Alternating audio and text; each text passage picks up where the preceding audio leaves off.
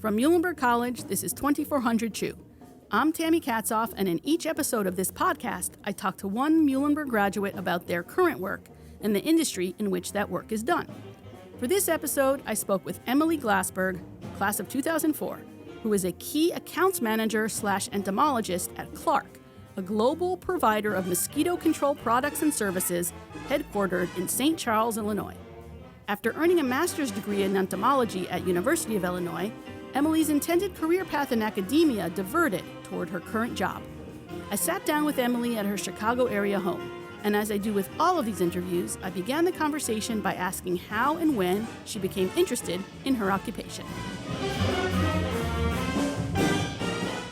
When I was a freshman at Muhlenberg, I kind of started the summer right out of freshman year doing research in Dr. Niesenbaum's lab. And every single summer, that was my summer job. I was doing research projects on plants and bugs. And I loved it. And I wanted to have my own lab and run my own experiments and study and learn new things every day about nature and eventually save the environment. That's important. And so I went on to grad school with that sort of passion and goal in mind. And then once I got towards the end of my master's degree, I'd been doing that for doing research essentially for 7 years. And I just felt like I was kind of missing out on something that I wanted to maybe connect a little bit more on like a day-to-day basis with people. And not necessarily like be in a lab and academic environment. So combined with the fact that I had met someone and sort of had these other personal timeline things going on. You had a life going on, yeah. Yeah. So anyway, it was very, very scary because for like 7 years, I sort of was on this path and all of a sudden the path changed. And I knew that staying in a PhD program, which is what I had planned on doing, was not going to be what made me feel happy and fulfilled in that moment. So I didn't feel right continuing that. But on the other hand, I really didn't know what I was supposed to do or what my skills would enable me to do. Right. So then the funny thing is I actually went to the Career Center at U of I. And I kind of, brought these concerns to her. Sure. They asked, like, what do you think you're interested in doing? And I'm like, I studied bugs. I really don't know other than teaching people about insects what I can do. And after talking with the career counselor there for a while, I realized that I did have all these skills, namely like selling skills, because when you're writing grants and talking about your projects, you're really just selling ideas to other people in academics or people that are going to give you money to do your research. So I just started applying everywhere. Like I went to all the career fairs they had there and just applied to all sorts of companies. I had interviews to be like a project manager, to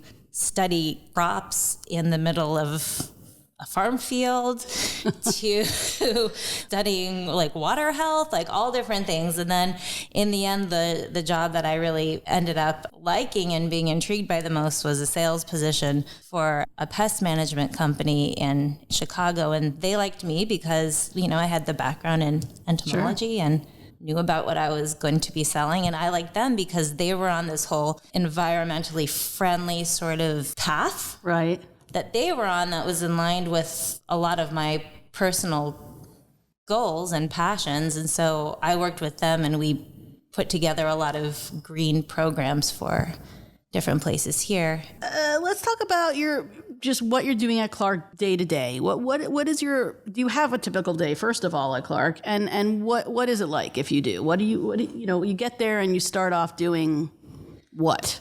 What I do on a day-to-day basis really depends on if it's winter or summer. In general, I'm an accounts manager. My job is to get in front of our clients as much as possible and talk to them and make sure that all of their needs are met. So typically my day starts as probably most people's do with like emails. And then I'll go out and see people. I might have 2 or 3 appointments a day. I do have a pretty large territory. So I don't necessarily need to be in the office every day. It's more of like a work from wherever. I find myself working a lot out of random cafes in between appointments. So I like it because it's flexible. I don't have to be in an office every day, and every day is kind of different. Today, for example, I was in 3 different places the film crew in the morning, and then in the afternoon I was at a water treatment plant. Now I'm back here. Wow. So every day is kind of different, but fun. So tell me about what you were doing at the water treatment plant. We do the services there. We do monitoring for West Nile virus. So I was talking to our contacts there. It's one of the largest water treatment plants in the country, maybe even the world. Wow. So it's not like, it's a pretty big place. And so it's a problem if they've got mosquitoes there that are carrying disease. So we do surveillance, and we make sure that if there are disease-carrying mosquitoes, we take appropriate action. And then I was talking to them today about some of our products that we use that also control other things like midges, and how we might be able to help them with some of those concerns that they have there and at some other locations. So kind of like a, hi, how are you doing, touching base, and also like a, if you want to buy more stuff, you can. Sure. It seems like a kind of a unique type of job that you can combine your background in the sciences in a very specific science with getting the products out there. So obviously you have to know how to push them out there. Why is it important to have someone doing what you do? What we do is really important because it makes the communities that we live in more livable and safe and comfortable. And comfortable in the sense that, yes, when mosquitoes are bad, they're annoying and you can't go outside and enjoy yourself, and that really stinks. But more importantly, comfortable and safe, because you really want to try to limit your exposure, and as a parent, your kids' exposure to things that might harm them. And you'd hate to think that allowing them to be outside might potentially pose different risks to them. So I feel like what we do on a very, very local scale helps people be able to be outside in a safer way. What I always thought was my mission was this saving the earth, doing something better to help the earth. And so Clarke as a company has taken a lot of measures to be extremely sustainable, extremely green. For example, we just, in the last year, opened up one of our operations buildings, and it actually produces more energy than it uses. So it's having like a positive effect on the grid. So it's not just like we're, using less energy, we're giving energy back. Wow. And that's just like one small example of a lot of big things that we do as a company. So one of the things that we do as well is we have a project that gives bed nets to people in Africa to help reduce exposure to people in areas where things like malaria or lymphatic filariasis, I can never say that word right, even though it's what I do for a living. It's a mouthful. Yeah, just mosquito-borne illnesses in general, where they can really wipe out a lot of people in a city or town. It really helps protect them.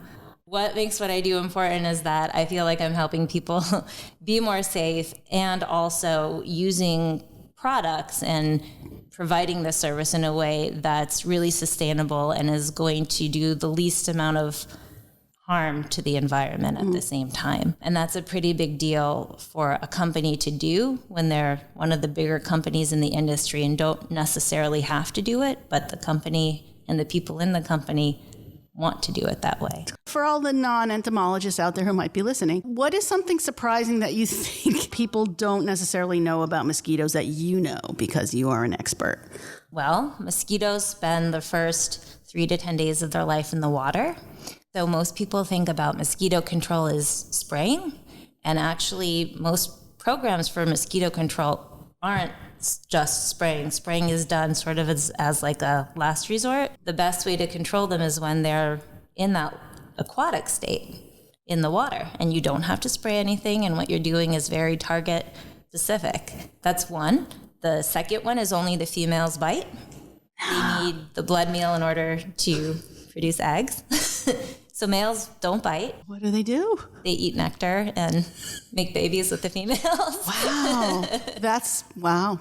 Had no idea. And when they are larvae, they need to be in standing water because they breathe out of a tube that comes out of their butt. Oh my gosh. You're welcome. That's priceless. Yeah. Okay. Well, thank you for those. I definitely have learned something so far. What do you like most about your job, and what do you not like so much about your job?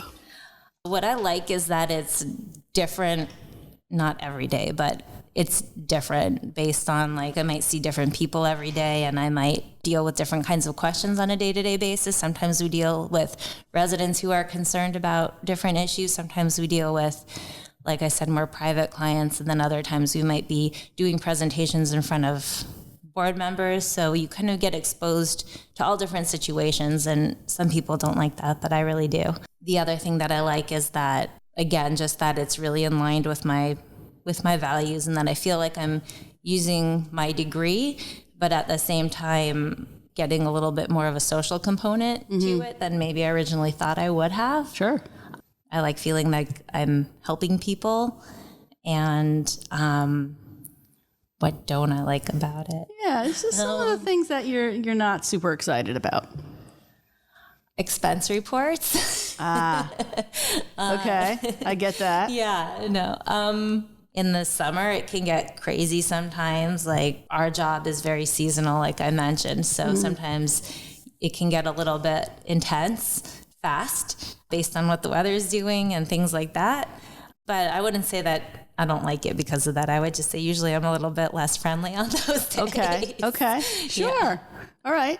So given that Clarke has been around for quite a number of years, and it probably they want to be around for a lot longer, what are some of the things that the company and also you need to do to keep competitive, to keep on top of things? I think part of it is kind of what we're already doing, but continuing to do that, which is to stay relevant and to keep talking to our customers to make sure that the things that they want or that we can foresee the need for are being met and produced. I know right now, like social media and things like that are huge. And I think it's a struggle for companies, especially companies that have been around for a long time, to kind of get a grasp on that, because so many people want that type of marketing and communication. So we've already started to take different steps to be able to, do things via Facebook and Twitter and online customer portals and things like that. So, but I think the big thing is just being adaptable. And that's one of the things that we do best, like the work that we do on a day-to-day basis. What I do is I don't really foresee it as being like emergency work, but in other states, or for example, a few years ago when Zika hit, that's emergency work. And being adaptable and being able to shift our plans and make programs work and get them implemented and bring a lot of people on board and get the job done effectively is kind of what it's all about in the end. So sure. When you were at Muhlenberg, could you ever have imagined that there would be this job that combined so many of your interests and values? No, I didn't even know that this job existed. and even just the thought of doing a sales position in general just seemed like something so businessy. Now it seems obvious because I'm doing it. And because when I'm doing my job, it makes it a lot easier. I think it makes me more credible too for our clients to use as a resource. Like if they say to their resident, talk to her, she's an entomologist, and I can explain things a little bit differently than someone else. But no, I really had no idea at all. I thought that I would be 100% in the rainforest, doing research and writing papers and maybe teaching a couple classes. So when I was at Muhlenberg, all of my research was in Dr. Niesenbaum's lab, and it was plant-insect interactions. So while I was there, I actually wanted to do botany, but my research led me to having to raise all these bugs to eat the plants. I fell in love with the bugs, and I realized that there's so many cool things about insects that nobody knows. And I wanted to know those things, and I wanted to share them with people. So that's what I went to grad school for. Okay.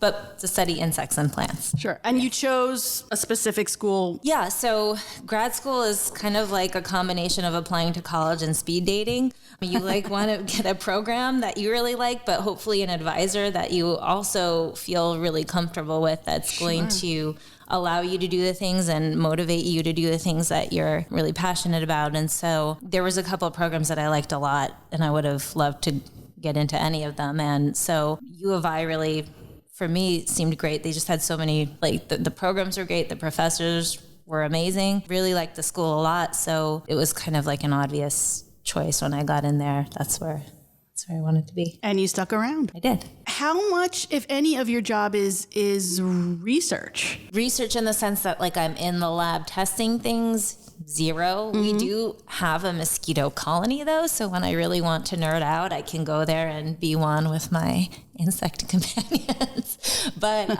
in terms of my research now, it's more like just kind of reading different papers and articles about disease trends or mosquito trends. Our company, for example, works a lot with the different health departments and things like that. So we have different seminars and meetings throughout the year just to make sure that everybody's data is all synced up and that we kind of know what's going on regionally. And then, as I mentioned before, we do different kinds of surveillance. So in that sense, like looking at population numbers and disease numbers, that in the summer is something along with checking my emails every morning that I do every day so that I can tell our clients if population levels are high or if any viruses have been detected in their cities or towns. So you always have to be up on the data. Right, but I'm not necessarily making the data. Managing the data. Right. Yeah. Managing. Good, better word. What do you foresee the next few years being like? I mean, what other changes, if any, do you see happening, whether it's at Clarke or just in the industry in general? I do think that there is like a significant demand for more eco-friendly products and services, not just in the mosquito or pest control industry, but pretty much across the board. It's just something that I've noticed, and I think a lot of people have too. So I think that the more that we can do as a company to meet and exceed those expectations from our customers and also from ourselves, the better we'll be able to serve them. Other trends are kind of related to the social media in terms of like rapidness. I don't know if that's the right word to use, but like the ability to respond very, very quickly to whatever, because people are used to getting messages or information like essentially immediately. So I think that being able to find ways to communicate and respond very quickly in various manners, like social media or things like that would. And I imagine that factored into when Zika was happening. I mean, how quickly information got around was so important. Yeah, that's absolutely true. Especially because you Google something and what's coming up isn't necessarily the right thing. Or here even people thought that they were going to get it because they were reading materials intended for like Florida. And things are different in Florida than in Illinois. Sure. So anyway, the point is just that like you want to get the right information out to people quickly. This episode of 2400 Chew was produced by me, Tammy Katzoff, Associate Director of the Muhlenberg College Career Center. It was recorded on location by Paul Kremposki and engineered by Morgan Wolper at the studios of WMUH Allentown, Pennsylvania. Our opening and closing music, from Cowboy Bebop, is performed by the Muhlenberg College Jazz Big Band.